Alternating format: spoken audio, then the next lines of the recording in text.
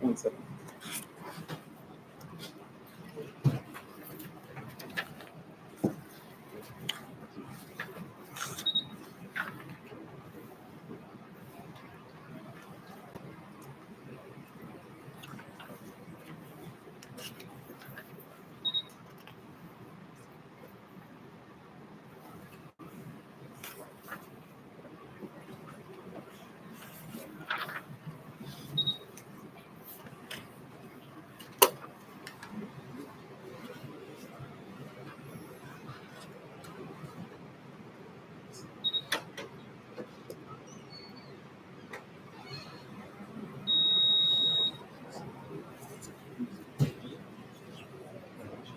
Begin.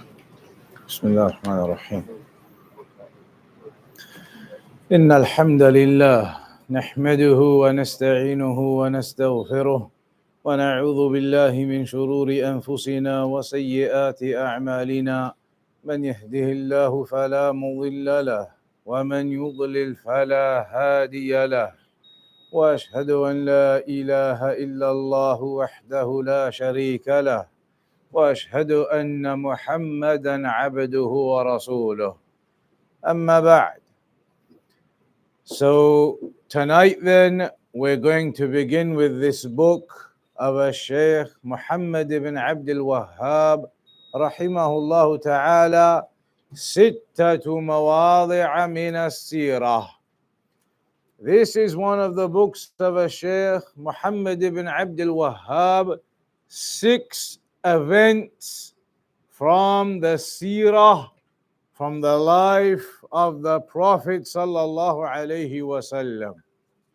As the title suggests, it will discuss 6 stories from the life of the Prophet sallallahu alaihi wasallam and also just after.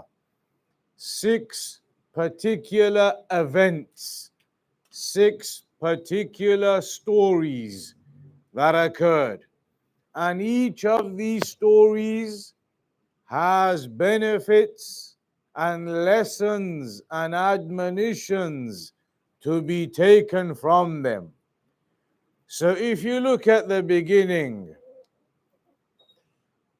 the author says, the author who is Shaykh Muhammad ibn Abdul Wahhab rahimahullah ta'ala, he says, تأمل رحمك الله ستة مواضع من السيرة وافهمها فهما حسنا. He says, focus or ponder, may Allah have mercy upon you, on 6 events. 6 events from the life of the Prophet sallallahu alaihi wasallam, from the biography and the events of the Prophet sallallahu alaihi wasallam, and understand them properly, understand them well. Here Shaykh al-Fawzan hafidhahullah ta'ala says, the seerah, when we talk about the seerah of the Prophet sallallahu alaihi wasallam, al-muradu biha siratul rasuli sallallahu alaihi wasallam, wa hiya at-tariqatu allati kana yasiru alaiha ar-rasulu sallallahu alaihi wasallam منذ بعثته إلى أن توفاه الله عز وجل في العبادة وفي المعاملات وفي الدعوة إلى الله وفي الجهاد والهجرة وفي التعليم، فكل أفعاله وأقواله وتصرفاته sallallahu alayhi wa sallam, hiya siratuhu. Shaykh al-Fawzan says regarding the title of this book, 6 events from the seerah of the messenger. He explains what does the seerah mean. The seerah, it is the methodology that the messenger tread upon. The methodology that the messenger tread upon ever since he became a prophet all the way up until his death. He became a prophet at the age of 40 and he died at the age of 63. So that time period is what is intended by the seerah here specifically. The methodology of the messenger since he became a prophet up until when he died. His methodology in worship, his methodology in interactions and dealings, his methodology in giving da'wah and calling, his methodology in jihad, in the hijrah, the migration, in educating and teaching people, in all of those affairs, how he did them, what he said, all of that is considered from the seerah of the Prophet sallallahu alaihi wasallam. All of his actions, all of his statements, all of the things that he engaged in, then those affairs are considered from the seerah of the Prophet sallallahu alaihi wasallam. And then Shaykh al-Fawzan says, وَهَذَا أَمْرٌ مُهِمٌ أَنَّ الْمُسْلِمَ يَدْرُسُ سِيرَةَ الرَّسُولِ sallallahu alaihi wasallam. He says it is very important that a Muslim learns the seerah of the Prophet sallallahu alaihi wasallam min ajli an yaqtadiya bih, in order that you can then follow the messenger in his footsteps, to behave as he behaved, to do what he commanded us to do, to stay away what he prohibited us from, in order to be able to emulate the Prophet sallallahu alaihi wasallam. You need to know how the messenger himself lived, what he said, what he used to do. You need to know all of that if you want to take the messenger as your role model to follow.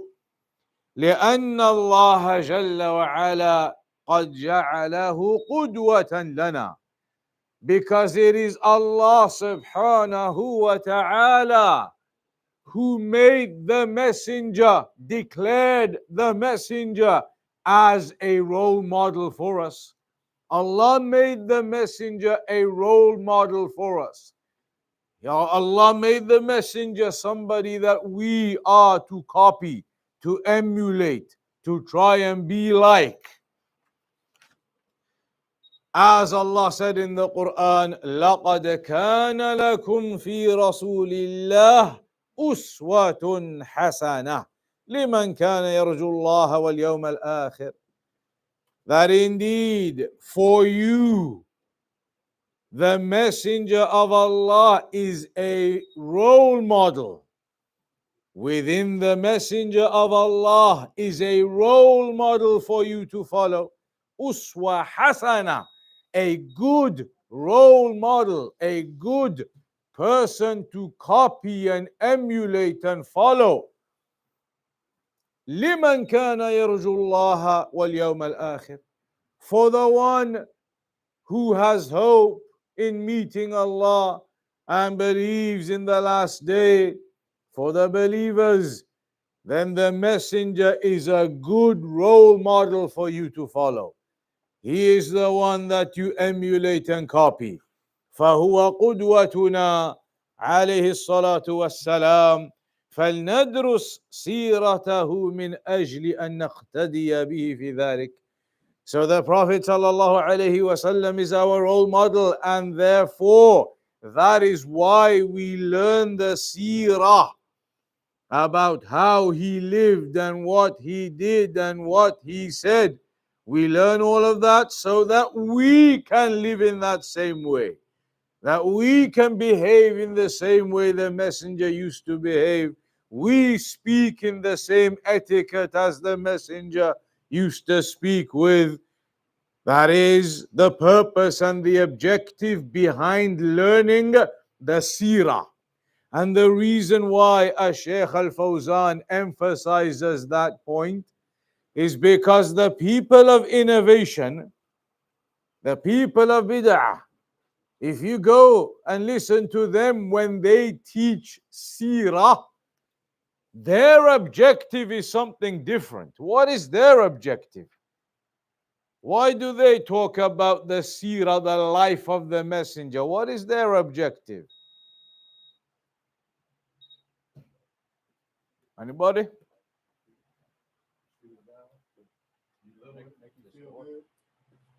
You know, that is a good enough answer. Take a book, take two books. That is correct. It is correct. To make themselves feel good. That is a good way to phrase it. That they read into the seerah of the messenger purely for storytelling, just to have a nice gathering and read the story of the messenger, and everybody feels good and thinks about that story and what the messenger did, and that's it. No lessons are derived from it. No admonition is derived from it. No rulings, no sunnah to practice, nothing. It is just a story time. That is the way the people of innovation, they deal with seerah. They narrate those stories just for the sake of stories. No admonition, no sunnah, no rulings, no nothing. Just listen to the nice story and go home again. As Shaykh al-Fawzan says, no, that is not the reason why you study seerah. Seerah is not read into just for a nice story and then go home again. Don't even ponder over it or take any lesson from it. The reality is we read into seerah to take admonition, to derive lessons, so that we can then improve ourselves and we can then be better Muslims, taking the messenger as an example. So we want the lessons and the admonition. That is the purpose of this book. That's why Shaykh Muhammad ibn Abdul Wahhab says at the beginning, focus on these 6 events that are going to be mentioned, and inshallah ta'ala, we're going to finish the full book within these 2 days, tonight and tomorrow. He says, look at these 6 events carefully, وَفْهَمْهَا فَهْمًا حَسَنًا, and understand them with a good understanding. Not just sit back, it's a nice story, mashallah, is that what happened? Okay, and then go home. But no, rather focus on them and understand those events that happened carefully and think about them carefully. Why? لعل الله أن يفهمك دين الأنبياء لتتبعه ودين المشركين لتتركه. Because one of the greatest admonitions and lessons you could take by learning about the life of the Prophet sallallahu alaihi wasallam, he says, through that, perhaps and hopefully Allah will give you an understanding of what the religion of the prophets is. By looking into the life of the messenger, then perhaps you will gain an understanding of what the prophets and messengers were about, and what their teachings were about, and what the religion is that they were upon. You learn that by learning the life of the Prophet sallallahu alaihi wasallam. لِتَتَّبِعَهُ, so that you may then follow in that religion as the messenger came with. وَدِينَ الْمُشْرِكِينَ لِتَتْرُكَهُ, and so that also you may learn the opposite too, by looking into the da'wah of the Prophet sallallahu alaihi wasallam. You learn Tawheed, but you also learn what shirk is. You also learn what the messenger warned against. You learn about the battles against the mushrikeen. You learn about the hijrah. You learn why the Muslims had to do all of those things. And you learn about the mushrikun and how they oppressed the Muslims and persecuted the Muslims. So you learn about all of those affairs. The true religion of Tawheed, and also the religion of the mushrikeen, and how the messenger had to face all of that during his lifetime. So لعل الله أن يفهمك دين الأنبياء لتتبعه ودين المشركين لتتركه. هذا المقصود من دراسة السيرة. الشيخ الفوزان says, that is the point of learning the seerah of the messenger. أنك تفهم دين الأنبياء, so that you may understand what the religion of the prophets was and is. عليهم الصلاة والسلام. تفهم التوحيد لتتبعه وتفهم الشرك من أجل أن تجتنبه. فلا يكفي أن الإنسان يعرف الحق فقط، بل لابد أن يعرف الحق ويعرف الباطل. So through learning about the seerah of the Prophet sallallahu alaihi wasallam, learning about the life of the messenger, you will obviously learn about the da'wah of the messenger to Tawheed, and you will learn about the warnings of the messenger against shirk.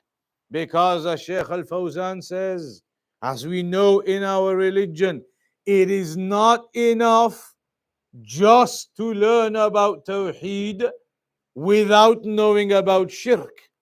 You must know about Tawheed to implement that, but you must also know about shirk to be able to avoid that. Because as they say in Arabic, كيف يتقي من لا يعرف ما يتقي?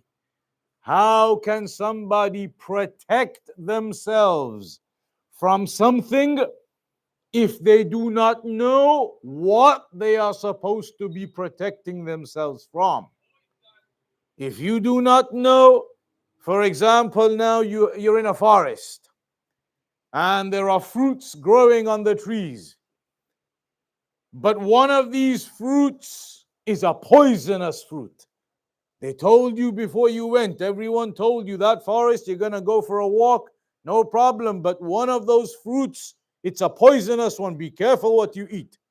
If you don't know which one that fruit is, when you go walking into that forest and you see the berries and you see the cherries and you see the fruits and you begin eating this one and that one and plucking this one and that one and eating, how are you going to know which one is that poisonous one they were telling me to avoid? You do not know. If you have not learned the name of it and the color of it and the description of it, then you will not know which one to avoid. How can you then keep yourself safe if you do not know what you are supposed to keep yourself safe from? Is it this one, the blue one, the red one, the yellow one? That's why they say you must learn Tawheed to implement that, but you must also learn about shirk in order to avoid that. And you must learn about Sunnah to implement that, but you must also learn about bid'ah to avoid that. A person who learns the Sunnah but doesn't know anything about the bid'ah, then the same as the guy who walks into that forest, he doesn't know which fruit is poisonous. All of the things they come across him, all of the forwards and messages, and he doesn't know what is bid'ah and which one is Sunnah. Is this one authentic? Is it correct or is it not? He doesn't know which actions are shirk. Is that shirk? Do I have to avoid it or not? Hence, a person from studying the life of the messenger, the seerah of the messenger, you learn both sides. You learn the Tawheed to implement, the Sunnah to implement, and you learn about the shirk and the bid'ah to avoid. Then Shaykh Muhammad ibn Abdul Wahhab, he says, or he mentions the poetry, عرفت الشر لا للشر لكن لتوقيه ومن لا يعرف الشر من الخير يقع فيه. This is some Arabic poetry where they say, I learnt about the evil not for the sake of the evil. It's not like I'm learning the evil because I get enjoyment from that. Not for that. لكن لتوقيه. But rather for the purpose of being able to avoid it. وَمَنْ لَا يَعْرِفِ الشَّرَّ مِنَ الْخَيْرِ يَقَعُ فِيهِ. And the one who does not know what the evil is from the good will end up falling into that evil. There is an example, a narration of one of the companions, Hudhayfa ibn al-Yaman, where he said, كان الناس يسألون النبي صلى الله عليه وسلم عن الخير وكنت أسأله عن الشر مخافة أن أقع فيه. Or in one riwayah, مخافة أن يدركني. He said, Hudhayfa ibn al-Yaman, the people used to ask the Prophet sallallahu alaihi wasallam about the good things.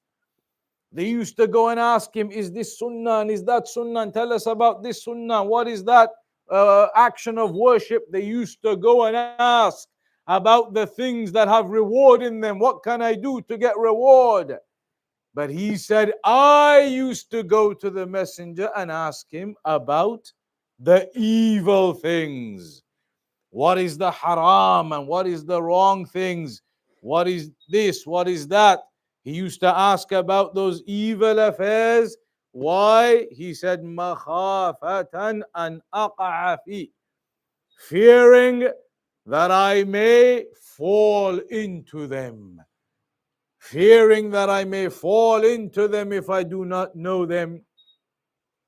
And I recall several years ago, a Shaykh, Hassan al-Banna, rahimahullah ta'ala, when he came to the UK maybe a decade ago, and when he was delivering the lecture and was doing the translation, he mentioned this issue.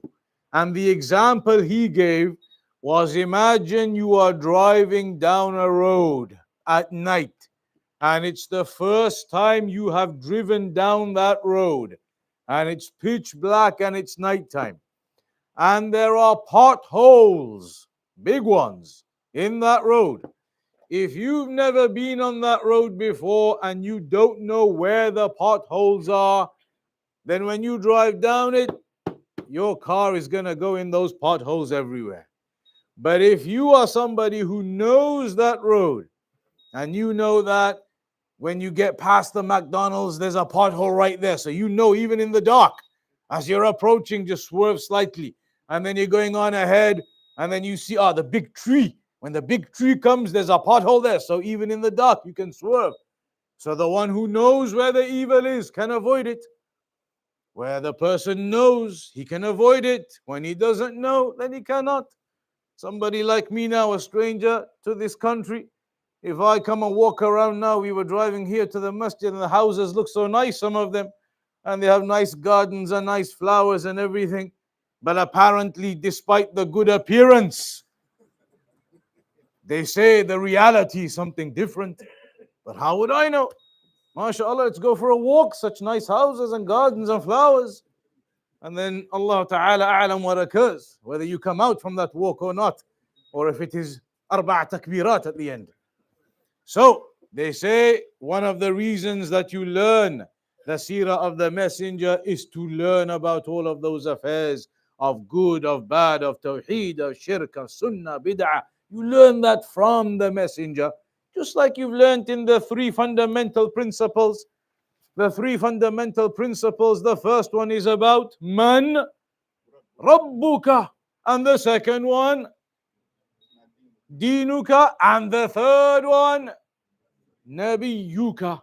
You must learn about your Prophet. Learn about the Prophet Muhammad sallallahu alaihi wasallam, his life, what he said, what he did, to gain lessons from that.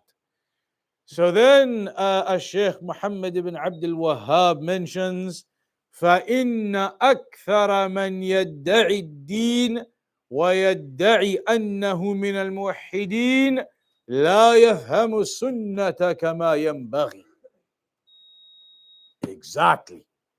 He says the majority or many of those who claim to be upon this religion and claim to be from the people of Tawheed, the majority of them لا يفهم السنة كما ينبغي.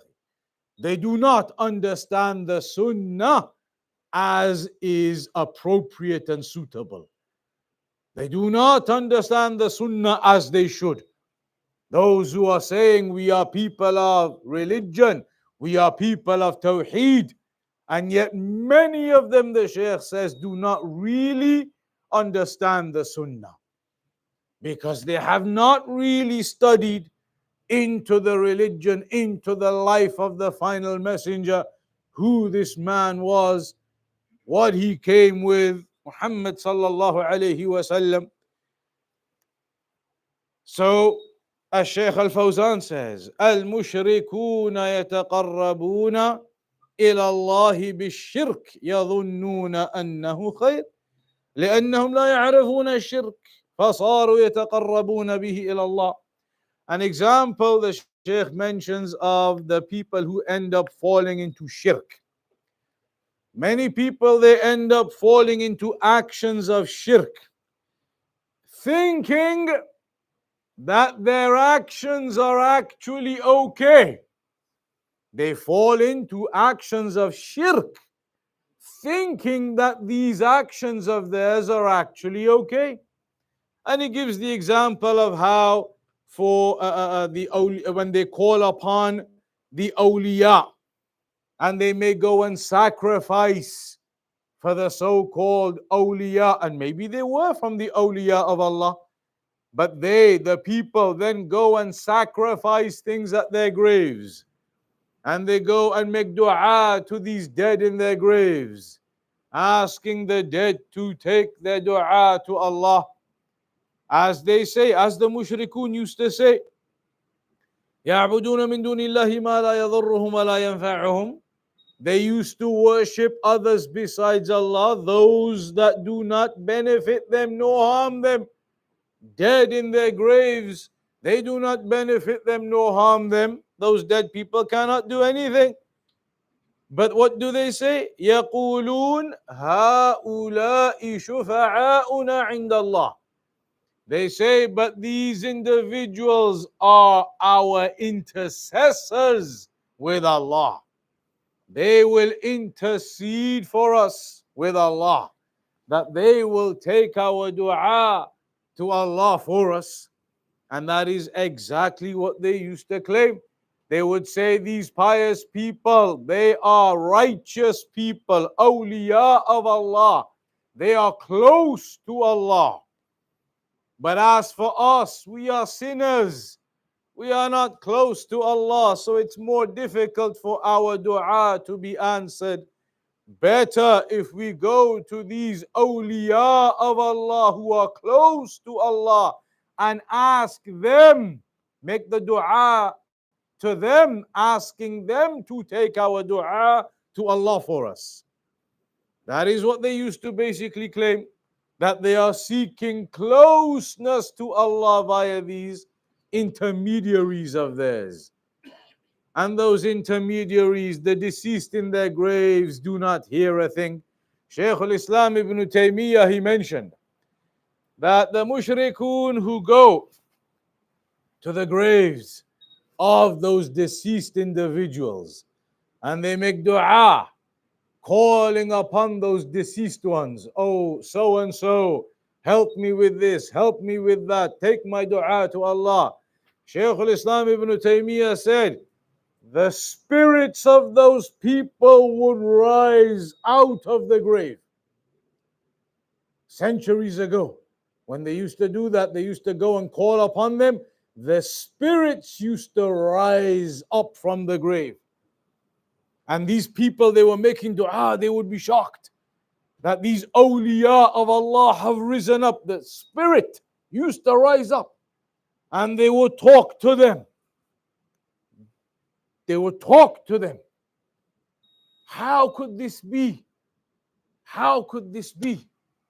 Anybody, for 3 books, how could this be? This was trick of the shaitan. How? But how? How is that happening? How were those dead people rising up from the grave? Exactly. It wasn't the deceased who were rising up from the graves. It was not the deceased who were rising up from the graves.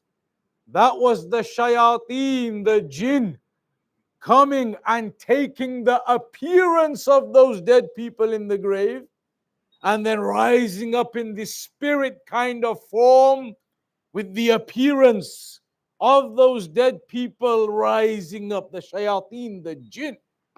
And these people would think, oh, it's them. Look, he rose up, and maybe they remember them and what they used to look like, and they recognize them.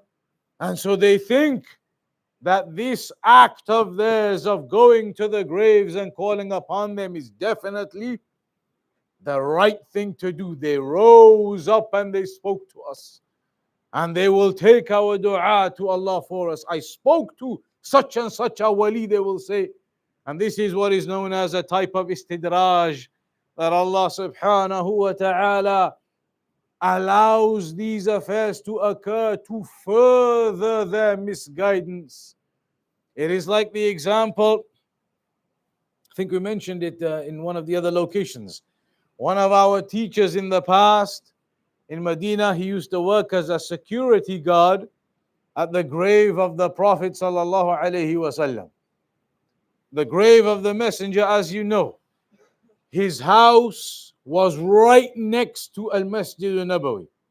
Al-Masjid al-Nabawi, roughly where the green dome is now, just below that, just around that area, just ahead of it, that was Al-Masjid al-Nabawi, just that small area. It was a tiny masjid at that time when it was first built. It had the straw roof on it, the hay thatched, as we call it, the straw roof. And so when it used to rain, the water used to come through. The ground was soil and it used to get muddy. When they used to prostrate, they would have mud on their faces. Simple mosque. And his house was right next to it, outside of the mosque next to it.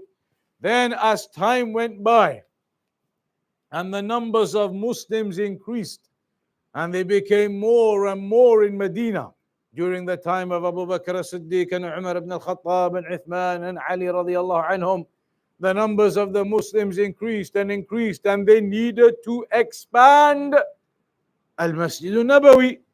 They needed to expand the mosque.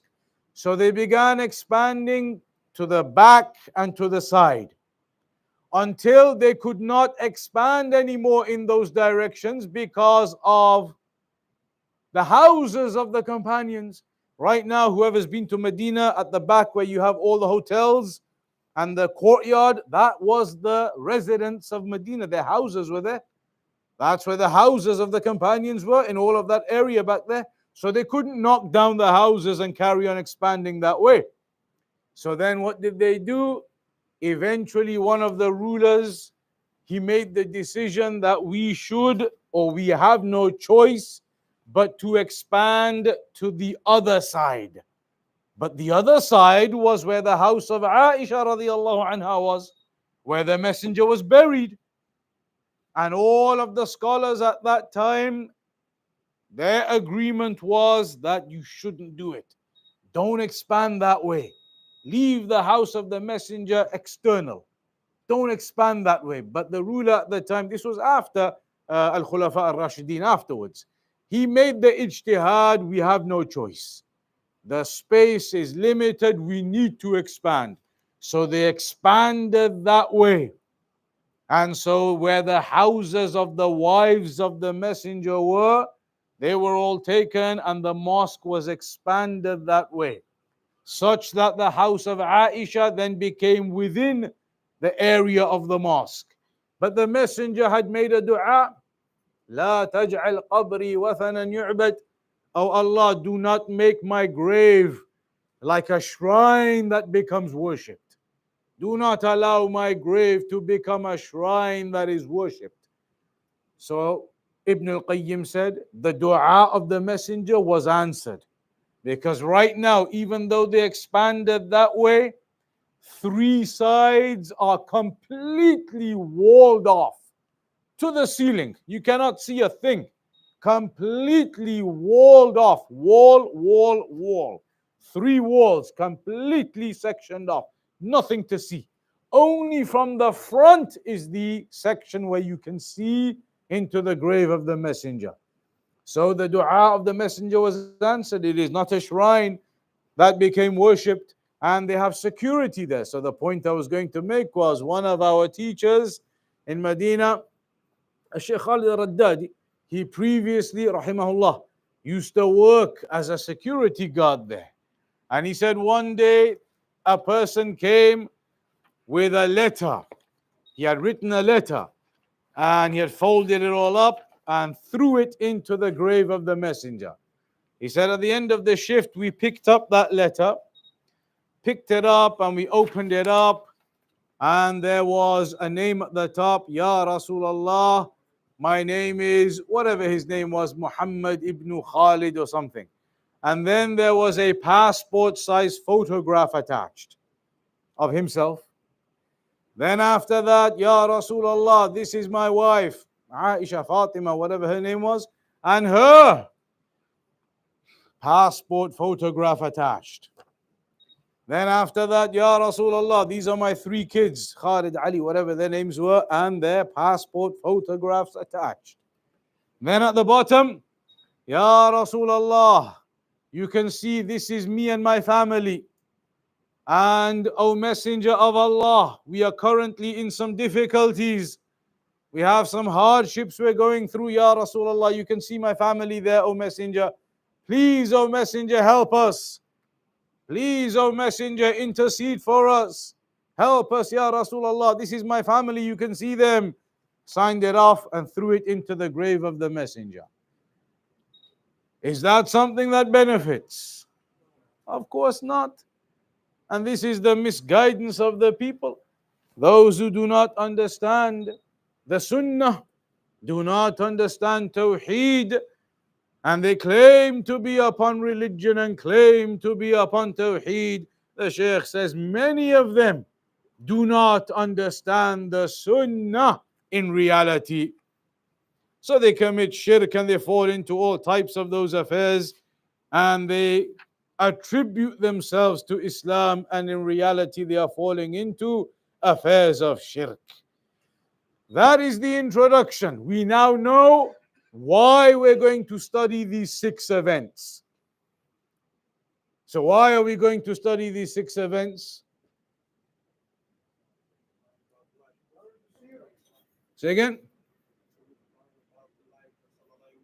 So we can learn about the life of the messenger and take the seerah of the messenger in order to take from that, to be able to follow the messenger, emulate him, copy him, and learn our religion from that. That is the purpose.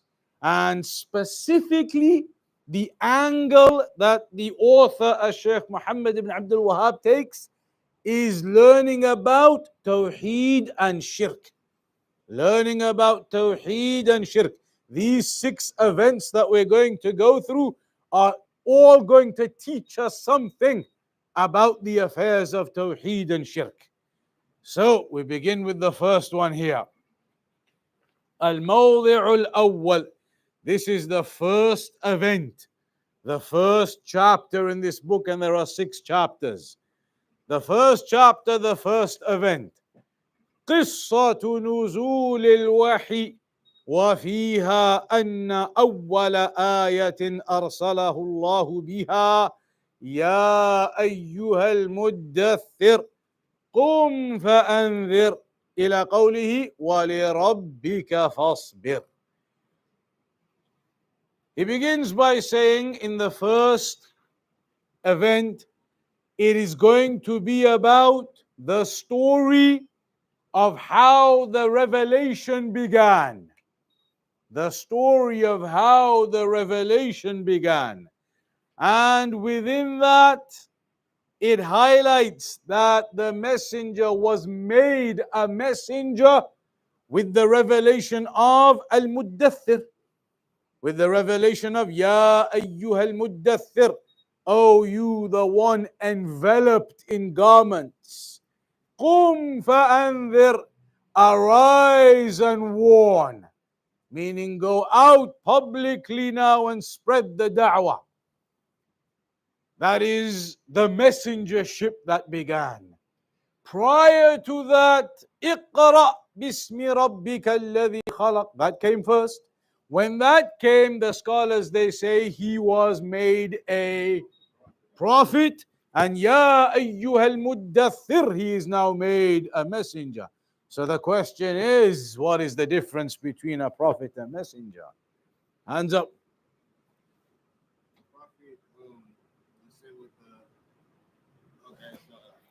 A messenger was sent to the nation to teach a particular nation. They have to call it to they came with a book, I guess. Like they can Isa alayhi salam came in jail And a prophet? They just prophets didn't come with the book, but they called to the dawah. Mm-hmm. Go ahead. A prophet, he receives revelation from Allah subhanahu wa ta'ala. But he's not required to go out and tell it to the people.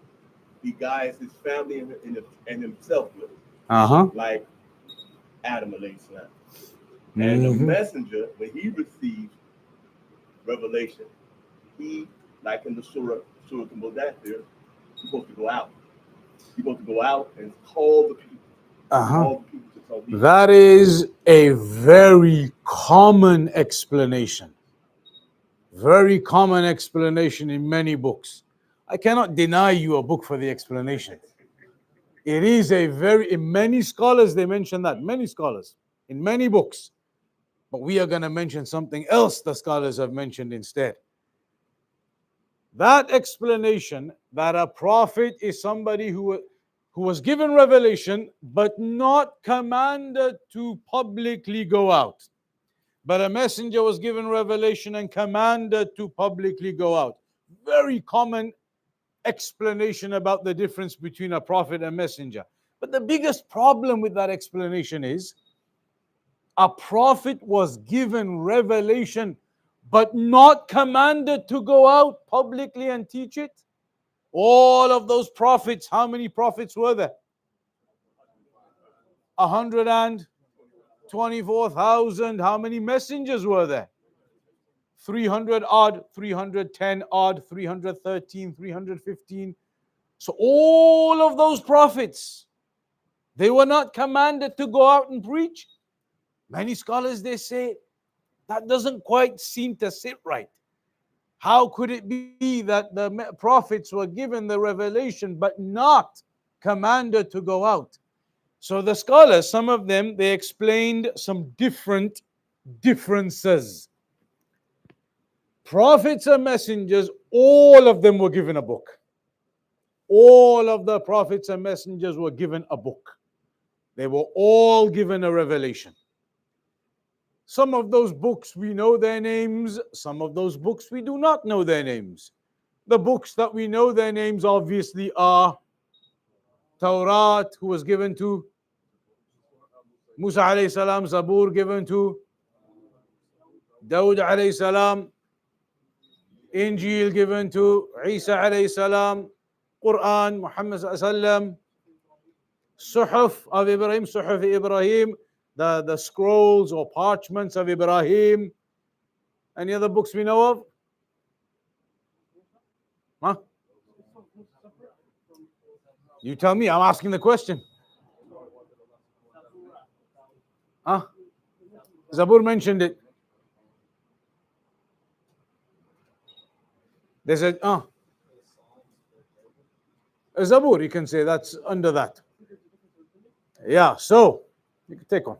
There's a difference of opinion over the Suhuf Ibrahim and Musa. The Suhuf of Ibrahim, that's separate. That's a book. But the Suhuf of Musa, is that referring to the Torah? Or is it referring to another book, something different? Difference of opinion. Some of them say the Suhuf of Musa is the Torah. Some of them say no, it's a separate book. And so if it's a separate book, that means we know the names of 6 books. If it is not, then 5. So we believe in all of that. And those messengers, they were sent with those different books. Every prophet and messenger was given a book, a revelation. And they were all told to preach it. Prophets and messengers. So then what's the difference? They say a prophet was sent to a people that did not conflict and oppose him in the same level of severity that the people of the messengers did. The messengers, when they were sent, like Ibrahim alayhi salam. Ibrahim alayhi salam, when he was sent to the land of Babel, there was not a single believer there when he was sent. But the prophets, when they were sent to their people, it was a lighter situation. They did not have as much opposition. Messengers had severe opposition from their people. Prophets had less. That's one difference they mention. Another difference they mention is, we said all the prophets and messengers got revelation. But they say the messengers always got a new revelation, whereas the prophets got the same previous revelation. A prophet got a revelation, but it was the same as the previous one. It wasn't something new. Whereas messengers, they always got new revelation. They always got a new sharia, a new book.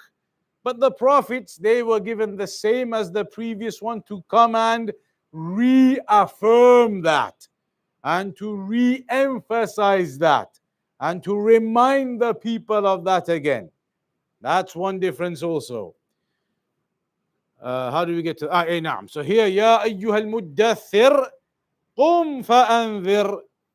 This was when he was made a messenger. So this first event is talking about how the revelation began. Shaykh al-Fawzan says regarding that, كان صلى الله عليه وسلم قبل البعثة مخالفا لما عليه المشركون. This is important to remember. The messenger became a prophet at the age of 40. For the previous 40 years of his life before revelation came to him, then what was he upon?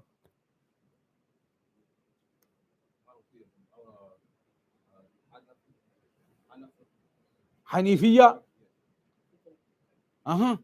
It's important to remember, so there's no misunderstanding. The prophet became a prophet at the age of 40. Prior to that, he didn't have the revelation. But that does not mean that for the first 40 years of his life, he was with the mushrikun and doing what they were doing. Do not be under that misunderstanding.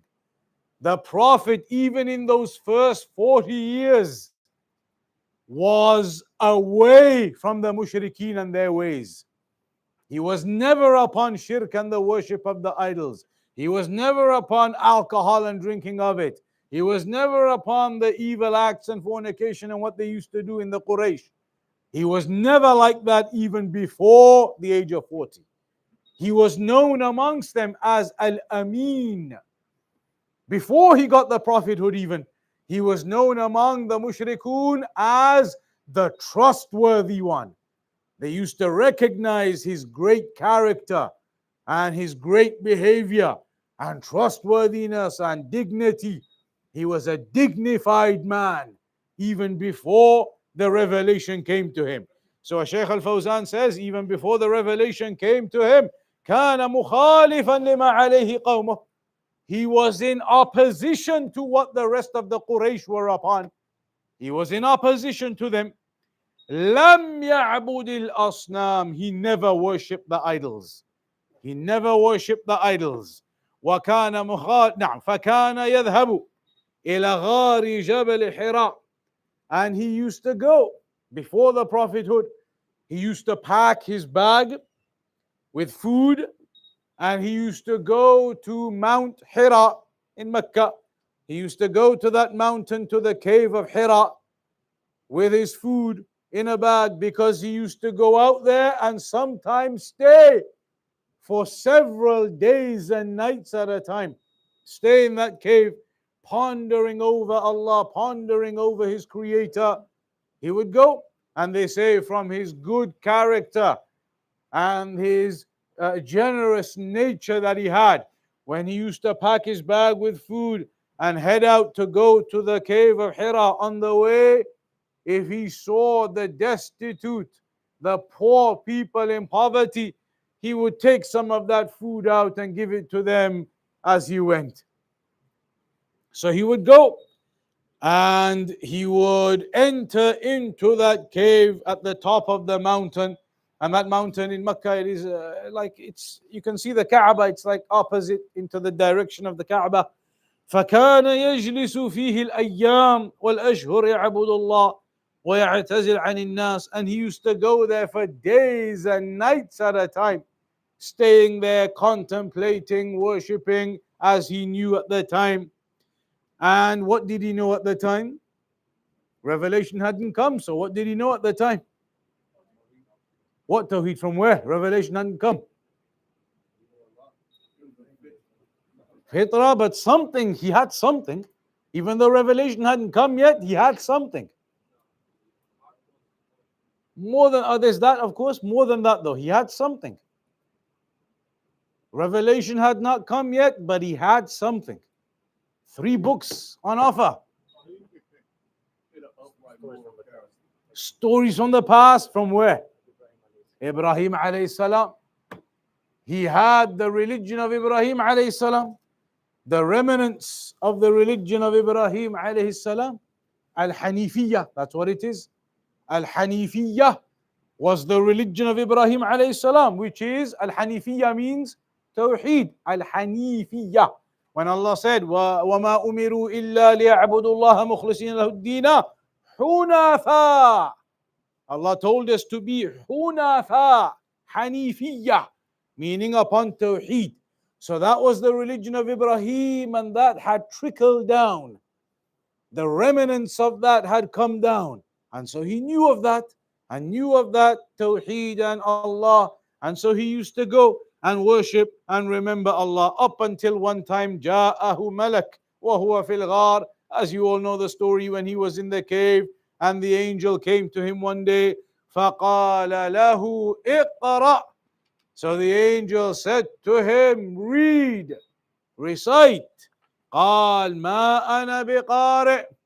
The messenger said, I am not a reader, a reciter. يعني لا أحسن القراءة. That I'm not good at reading, I don't have that skill or ability to read. لأنه ما كان يقرأ, because the messenger was illiterate.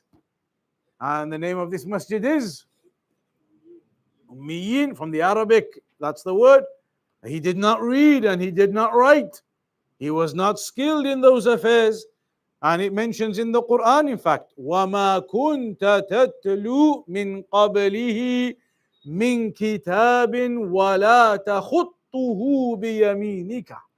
That before that, you did not used to read from the book, nor did you used to write with your hand.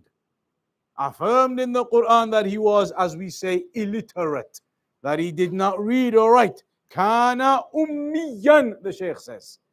He was illiterate. And so then the angel repeated to him again, Iqra. And as you know in the narration, the angel squeezes him, Jibreel alayhi salam squeezes him and says to him again, read. And the messenger says, Lastu biqari, or kama qal, that I am not somebody good at reading. And the angel squeezes him again, يَضُمُّهُ ضَمَّ شَدِيدًا, a strong squeeze, not light, strongly. ثُمَّ يُرْسِلُهُ, and then he would let him go and tell him to read again.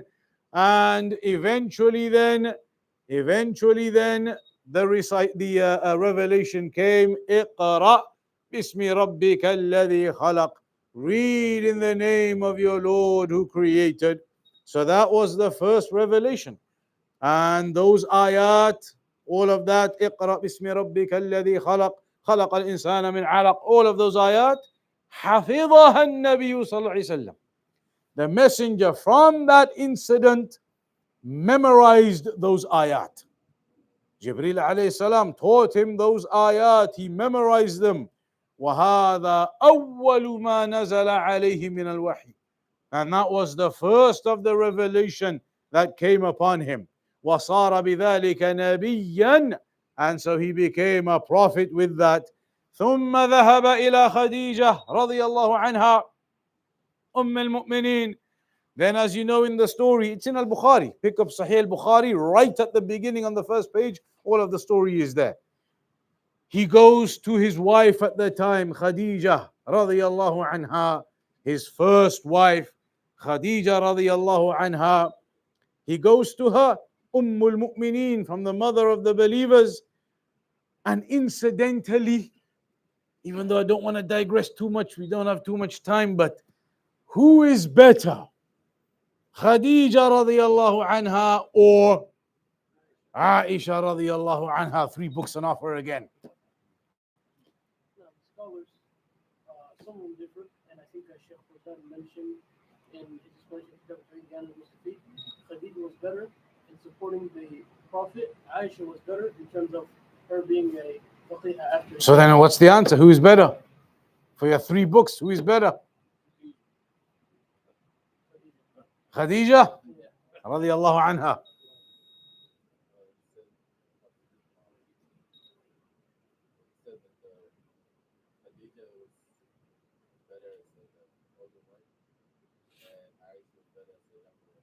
So what are you trying to say? They were equal. Uh-huh. Go ahead, go. Mm-hmm. The scholars, they say, Ibn al-Qayyim rahimahullah ta'ala mentioned, it's correct what you guys are all saying. That, I mean, we say in England, I don't know if you say it here, it's like comparing apples and pears. You say it? Huh? What's your similar one? Apples and oranges, no problem. If you like oranges, no problem. So comparing apples and oranges, meaning that the two are not comparable. They are not comparable. This is one type of fruit. This is another type of fruit. You cannot say which is better. This has a different flavor, different texture. This one has a different color, flavor. They're not comparable. They are not direct comparables. And so that's what they say about Aisha and Khadija radiallahu anha. There is no direct comparison such that you can say one was better than the other. Rather, each one had her specific virtues. So the virtues of Khadija radiallahu anha is that she supported and aided the messenger at a time when they were under great persecution from the mushrikeen at the beginning of Islam. She was there for him. She was the support for the messenger at the beginning of Islam. That is from her virtues and everything else that goes with that. And Aisha radiallahu anha, her virtues came at the other end, at the end of the life of the messenger, at the end of the revelation. And her virtue in specific comes in regards to memorization and knowledge of the Sunnah. Because she was young. She was young when she married the messenger, and she was young when he died. And so, because of that young age, some of the scholars they say this was the wisdom in the messenger being decreed to marry Aisha at the young age. This was one of the wisdoms that at the young age she memorized everything from the messenger.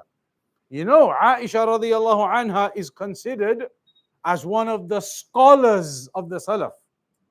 She is considered a scholar from the scholars of the Salaf. Some of the men from the Salaf used to go to her to ask for fatwa. Some of the men from the Salaf, they used to go to Aisha radiallahu anha to ask her for fatwa. So her virtue in Islam came at the end in preserving the Sunnah. She had the virtue of preservation of the Sunnah, whereas Khadija radiallahu anha, her virtue was in the establishment of the religion at the beginning. So it's not comparable. They both have that elevation and their virtues in their own rights. So here the messenger, he goes back to Khadija radiallahu anha after this incident occurred. وَذَكَرَ لَهَا مَا حَصَلَ لَهُ, and he mentioned to her what happened. وَكَانَ خَائِفًا تَرْعُدْ فرائصه مما رأى من هول الموقف ومجيء الملك إليه في هذا المكان. They say when the messenger went back to Khadija immediately after Jibreel had come to him, and this was a shocking thing for the messenger, an angel coming to him and squeezing him, and the whole event was a shocking type of event the first time it happened. So when he went back to Khadija radiallahu anha, it mentions that his fara'is, meaning the muscles at the top of the chest around here, that this was all shaking when he went back.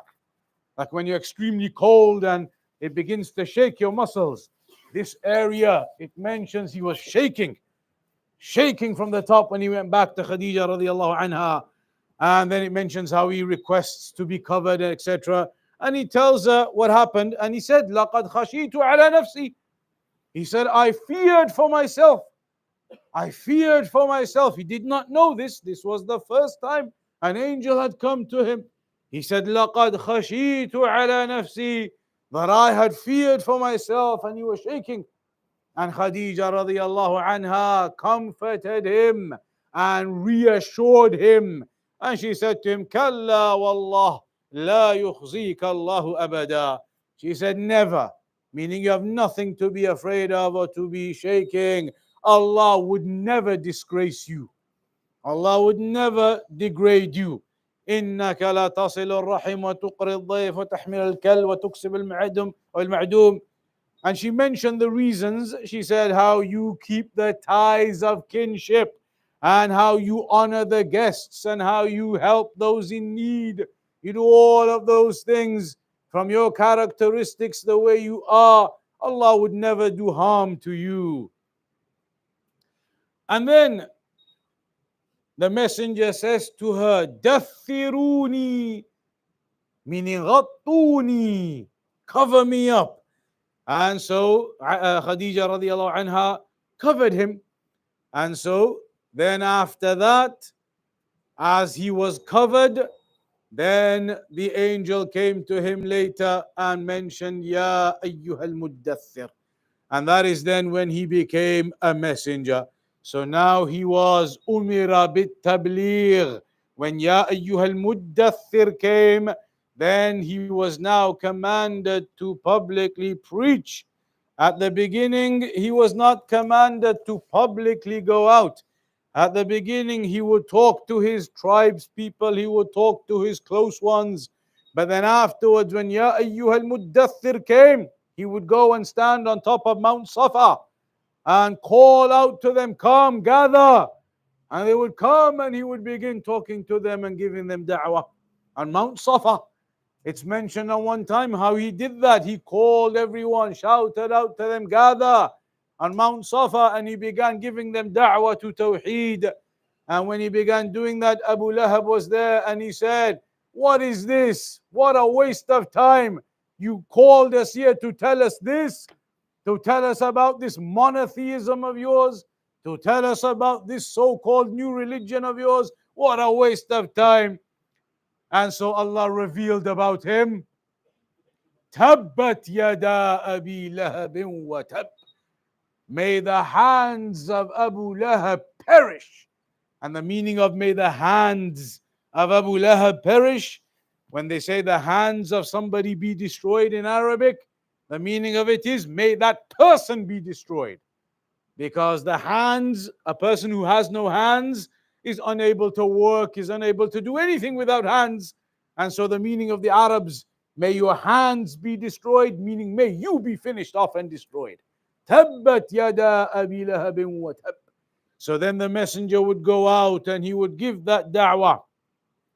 And he mentions what he was told to do. Qum fa'anzir. Arise and warn the people. وَرَبَّكَ فَكَبِّرْ. And declare the greatness of your Lord. وَثِيَابَكَ فَطَهِّرْ. And what is the meaning of وَثِيَابَكَ فَطَهِّرْ? And your garments, purify them. Two meanings to it.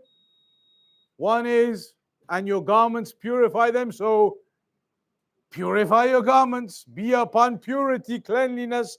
But the other meaning of it is, purify yourself from shirk. وَثِيَابَكَ فَطَهِّرْ. Purify yourself from shirk.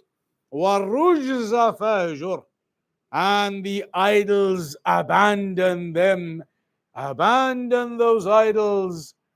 Because when Islam first began and the da'wah began to the people, many of them who entered into Islam were previously upon shirk.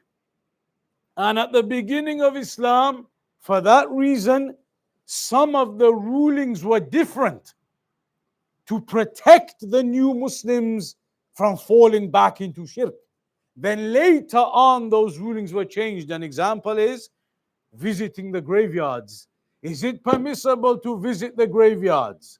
Permissible. To remember death, to give salam to the inhabitants. But at the beginning of Islam, it was impermissible, because we know that one of the greatest and largest avenues into shirk is the graveyards. And so the messenger said, كنت قد نهيتكم عن زيارة القبور, that I used to prevent you from visiting the graves. ألا فزوروها, but now you can visit them. فإنها تذكركم الآخرة, because they remind you of the afterlife. Allahu Akbar.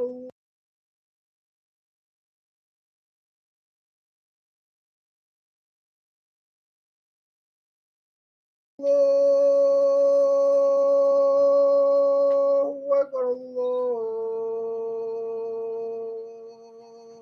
Allahu Akbar. أشهد أن لا إله إلا الله. أشهد أن لا إله إلا الله. أشهد أن محمدًا رسول الله.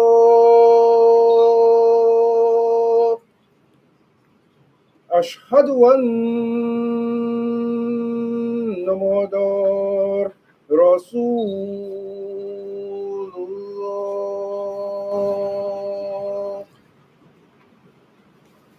حي على الصلاة.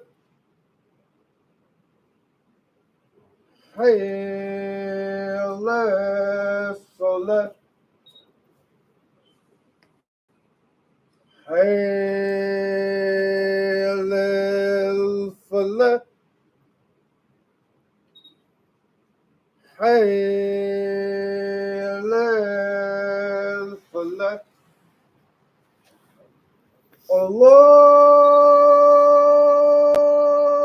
الله أكبر. الله أكبر. لا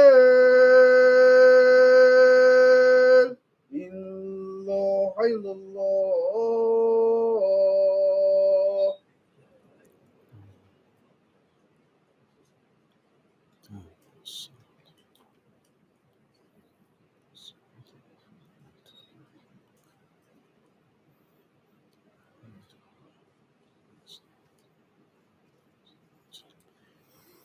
So in the early stages of Islam, it was prohibited for them to go and visit the graves. But then later on, as the years went by and Aqidah became established in their hearts, then the Messenger said to them, now you can go and visit the graves. They remind you of the hereafter. One small issue, again digressing, but just to finish off before the prayer. Is it permissible for women to visit the graveyards? Huh? I don't know.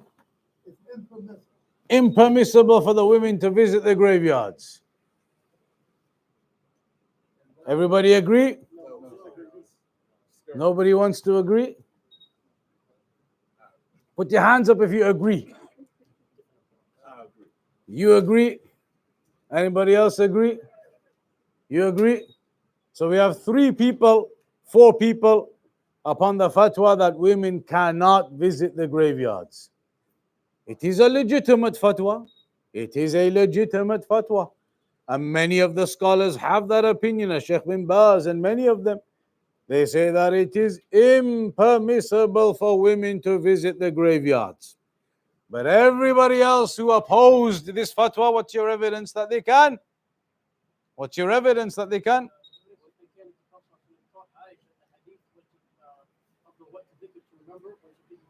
Number one, and the second one, the hadith that is strong is the one where he says the curse upon the woman who frequently visits, not the one where he. Anybody else? There is a narration that says, لَعَنَ اللَّهُ زَائِرَاتِ الْقُبُورِ. The curse of Allah upon the women who visit the graveyards. The curse of Allah upon the women who visit the graveyards.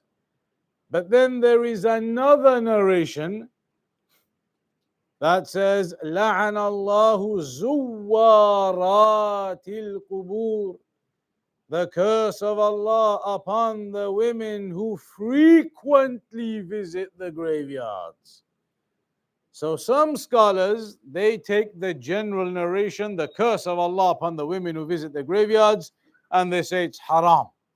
Women should never go into graveyards.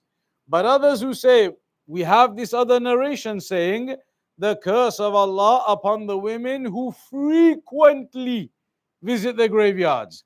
Meaning if a woman visits the graveyards, but not frequently, she goes every now and again, maybe once a year or once a few months, that is not frequent. So according to this narration, the curse of Allah would not be upon her then. The curse of Allah is only upon the women who visit frequently, not the ones who go every now and again. As Shaykh al-Albani takes that opinion.